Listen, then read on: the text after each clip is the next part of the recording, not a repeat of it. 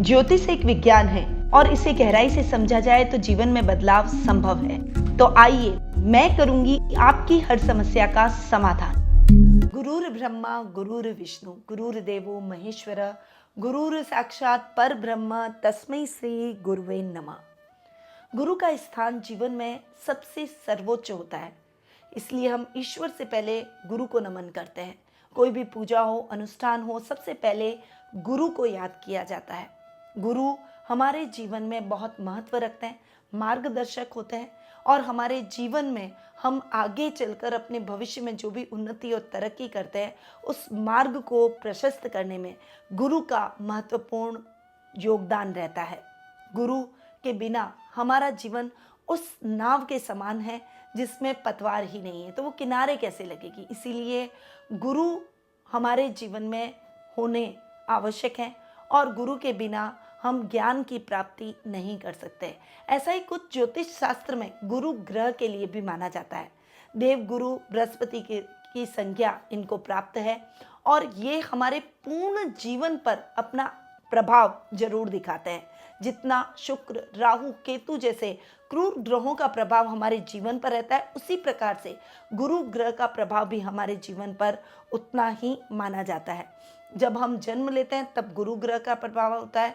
शिक्षा और अध्ययन अध्यापन में भी गुरु ग्रह का प्रभाव विशेष रूप से देखा जाता है। उसके बाद में विवाह में भी गुरु ग्रह का प्रभाव देखा जाता है। संतान प्राप्ति में भी गुरु ग्रह की भूमिका को जन्म कुंडली में विशेष रूप से देखा जाता है। उसके बाद प्रसिद्धि, मान सम्मान के लिए भी गुरु ग्रह की स्थिति को जरूर देखा जाता है और भगवान की भक्ति, आध्यात्म और मोक्ष प्राप्ति के लिए भी गुरु ग्रह को ही देखा जाता है कि हम कितनी भगवान की भक्ति करेंगे, हम कितने आध्यात्म से जुड़ेंगे। ये गुरु ग्रह की स्थिति हमारी जन्म कुंडली में कैसी है उसके ऊपर डिपेंड करता है। तो देखा आपने पूरे जीवन पर गुरु ग्रह का प्रभाव कितना अधिक रहता है। गोचर में गुरु ग्रह शनि, राहु और केतु की तरह ही लंबे समय तक एक भाव में विराजमान रहते हैं, एक स्थान में विराजमान रहते हैं, यानी लगभग 1 वर्ष तक एक राशि के अंदर ये विराजमान रहते हैं। इसीलिए इनका प्रभाव हमारे जीवन पर अधिक रहता है। गुरु ग्रह की 16 वर्ष की महादशा रहती है। ये धनु और मीन राशि के स्वामी ग्रह हैं। कर्क में उच्च के और मकर में नीच के परिणाम दिखाते हैं। गुरु ग्रह अगर जिस स्थान में बैठे उस स्थान की थोड़ी सी हानि करते हैं, परंतु इनकी दृष्टियां पंचम, सप्तम और नवम दृष्टियां बहुत ही शुभ मानी गई है। ये जिन भी भावों पर पड़ जाए उन भावों का कल्याण निश्चित रहता है। तो ये है गुरु ग्रह।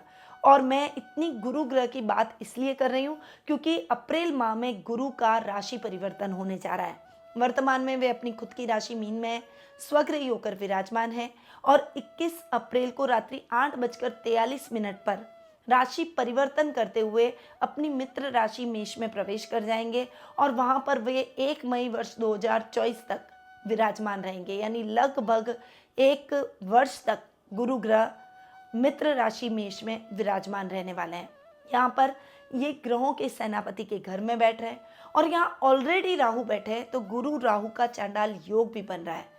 यहाँ पर शनि की तीसरी दृष्टि जो कि अब तक राहु पर पड़ रही थी और गुरु जैसे ही चेंज होकर राहु के साथ आकर बैठेंगे तब गुरु पर भी पड़ेगी और ये तीसरी दृष्टि हानिकारक है क्योंकि शनि की दृष्टियां अच्छी नहीं मानी गई है। तो क्या इफेक्ट गुरु राहु के इस चांडाल योग के, शनि की तीसरी दृष्टि के और गुरु के ओवरऑल आपके यानी मकर राशि वालों के जीवन पर रहेंगे, उसके बारे में आज मैं आपको जानकारी दूंगी। तो शुरू करते हैं मकर राशि वालों के लिए गुरु के इस राशि परिवर्तन की जानकारी। अब देखिए, गुरु आपकी राशि के लिए सुख स्थान में आ रहे हैं और सुख स्थान में मित्र राशि में बैठ रहे हैं। अब तक वे आपके पराक्रम भाव में स्वग्रही होकर बैठे थे और यहाँ पर गुरु आपकी राशि के लिए द्वादश स्थान यानी खर्च भाव के भी स्वामी हैं और पराक्रम भाव के भी स्वामी हैं। खर्च भाव के स्वामी का अपने से पंचम जाकर बैठना आपके लिए बहुत ही अच्छे खर्चों की स्थितियों को नियंत्रित करने वाला है। फिर यहाँ पर खर्च स्थान पर गुरु की खुद की दृष्टि अपने ही भाव पर, तो और नवम दृष्टि से गुरु अपने ही भाव पर यानी खर्च स्थान पर देख रहे हैं, दृष्टिपात कर रहे हैं, दृष्टि संबंध बना रहे हैं। तो यहाँ पर गुरु का ये जो दृष्टि संबंध अपने ही घर से है, ये आपके खर्चों को नियंत्रित करेगा। विदेशी कंपनियों से आपको अपॉर्चुनिटीज़ मिलेगी यदि आप जॉब कर रहे हैं, और यदि आप व्यापार कर रहे हैं तो विदेशी कंपनियों के साथ टाई अप होगा। कुछ व्यापार के विस्तार को आप विदेशों में बढ़ाते हुए दिखाई देंगे। इस समय सहकर्मियों के साथ तालमेल अच्छा रहेगा। कर्ज की स्थितियों से भी आपको मुक्ति मिल जाएगी। अब गुरु चूंकि आपके पराक्रम भाव के भी स्वामी हैं, पराक्रमेश अपने से एक घर आगे जाकर बैठे हैं और आपके सुख स्थान में जाकर बैठे हैं, तो पराक्रमेश का अपने से एक घर आगे जाकर बैठना आपके पराक्रम में निरंतर वृद्धि करता हुआ दिखाई देगा। भाई बहनों के साथ भी आपकी ट्यूनिंग अच्छी रहेगी। इस समय छोटे भाई बहनों का बहुत सपोर्ट और मान सम्मान आपको प्राप्त होगा। वहीं राजनीति में अटके और जुड़े कार्य आपके द्रुत गति से संपन्न होंगे। शिक्षण, अध्ययन, अध्यापन में आपको विशेष सफलता प्राप्त होगी। वहीं गुरु बैठे हैं केंद्र में, और केंद्र में गुरु के रिजल्ट बहुत अच्छे रहते हैं। इसीलिए यहाँ पर गुरु सुख स्थान में बैठकर आपके सुखों में निरंतर वृद्धि करेंगे। वैसे तो गुरु किसी अन्य स्थान में बैठे तो जहाँ पर बैठते हैं उसकी स्थान हानि करते हैं, पर चूंकि केंद्र में गुरु बहुत अच्छे रिजल्ट देते हैं, इसीलिए आपके सुखों में निरंतर वृद्धि होगी। भूमि, भवन, वाहन जैसे सुख आप इस समय प्राप्त करते हुए दिखाई देंगे। पर यहाँ पर आप ध्यान रखिएगा, गुरु राहु का चांडाल योग और शनि की तीसरी दृष्टि भी इस भाव पर पड़ रही है। इसीलिए कोई भी इन्वेस्टमेंट करते समय सोच समझकर आगे बढ़े। कोई भी पेपर आप अगर प्रॉपर्टी की साइन करने जा रहे हैं तो पहले उन पेपर्स को पढ़ें, उसके बाद उन पर साइन करें, वरना आपके साथ धोखा हो सकता है। प्रॉपर्टी अगर आप कोई लेना चाहते हैं तो उस प्रॉपर्टी के पेपर्स पूरा ध्यानपूर्वक स्टडी कर लें, स्टडी करवा लें किसी अनुभवी व्यक्ति से, ताकि आप को बाद में पछताना ना पड़े। वाहन के रखरखाव पर खर्चा आ सकता है, मेंटेनेंस पर खर्चा आ सकता है, इसीलिए थोड़ा सा अपने वाहन पर विशेष रूप से ध्यान दें। और बहुत ज़्यादा अगर वाहन खर्चा लेने लगे तो उसे चेंज कर देना ही आपके लिए बेहतर रहेगा। वहीं यात्रा करते समय भी आपको सावधानी रखनी होगी। गुरु की पंचम दृष्टि पर आते हैं, तो पंचम दृष्टि आपके अष्टम भाव पर पड़ रही है, जो कि आपकी रूटीन की लाइफ को थोड़ा सा बैलेंस करेगी। अब तक जो अनर्गल खर्चे हो रहे थे उनसे आपको मुक्ति मिलेगी। जो गुप्त शत्रु आपके कार्यों में निरंतर व्यवधान डाल रहे थे और आपको समझ नहीं आ रहा था कि आप इनसे कैसे डील करें, तो उसमें भी अब आपको सफलता प्राप्त होगी। इस समय आपकी यात्राएं सुखद और मंगलमय रहेगी और उद्देश्यपूर्ण यात्राएं आप इस समय करेंगे। रिस्की कामों में जो भी किए गए इन्वेस्टमेंट है वो आपको लाभ पहुंचाएंगे, और छोटी छोटी विदेश यात्राओं से भी आप जुड़ते हुए दिखाई देंगे। अब यहाँ पर गुरु की सप्तम दृष्टि पर आए, तो गुरु की सप्तम दृष्टि आपके कर्म भाव पर पड़ रही है, जो कि आपके काम को बढ़ाएगी, आपके करियर में बहुत सहायक साबित होगी। यहाँ पर जो नौकरी पेशा लोग हैं उनको प्रमोशन, इंक्रीमेंट मिलने के पूर्ण योग बनेंगे। अधिकारियों के द्वारा आपके कार्यों की प्रशंसा की जाएगी, उनके साथ आपका तालमेल बहुत अच्छा रहेगा। इस समय आपकी जो भी इच्छा और महत्वाकांक्षा है वो पूर्ण होगी, और विद्यार्थी वर्ग का कोई रिजल्ट आना है तो इस अंतराल के दौरान आप अपने रिजल्ट में सफलता प्राप्त करेंगे। लक्ष्य प्रधान पढ़ाई अगर आप कर रहे हैं, कोई एंट्रेंस एग्जाम आपने दे रखे हैं, तो उसमें भी आपका सिलेक्शन होता हुआ दिखाई देगा। तो गुरु के रिजल्ट आपको हर प्रकार से मकर राशि वालों को बहुत शानदार मिलने वाले हैं, चाहे वो खर्च भाव के हिसाब से हो, चाहे पराक्रम भाव के हिसाब से हो,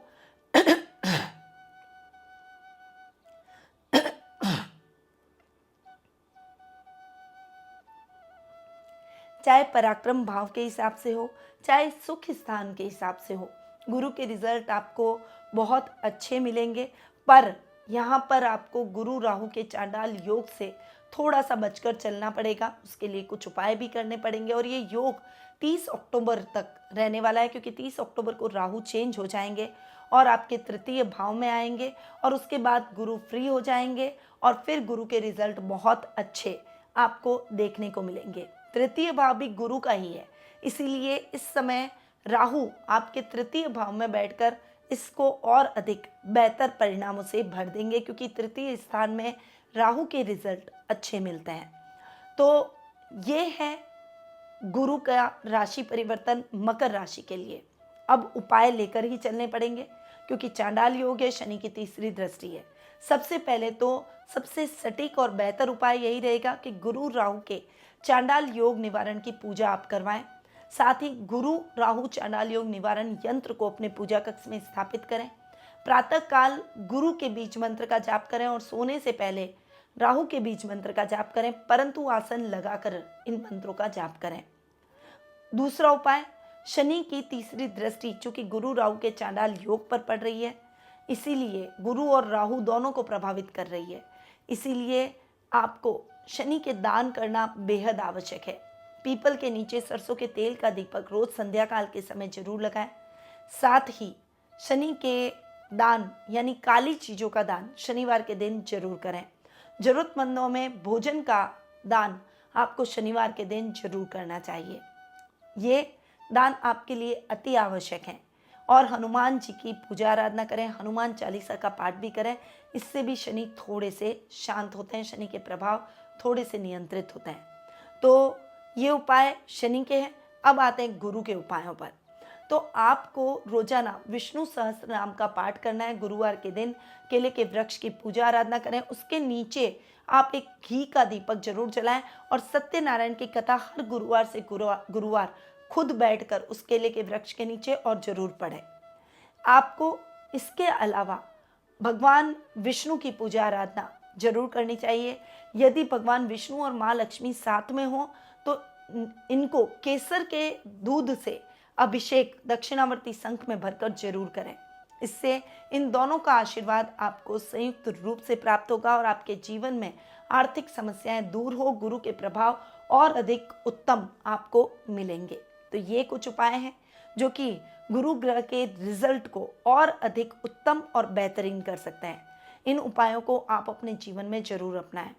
अगर आप अपनी जन्म कुंडली और गोचर की स्थिति के आधार पर गुरु के रिजल्ट के बारे में जानना चाहते हैं, गुरु के परिणामों के अलावा शनि, राहु, केतु या अन्य ग्रहों के परिणामों के बारे में जानना चाहते हैं, अपने भविष्य से संबंधित कुछ जिज्ञासाओं को शांत करना चाहते हैं, तो आप टेलीफोनिक अपॉइंटमेंट और पर्सनल मीट के माध्यम से मुझसे जुड़ सकते हैं।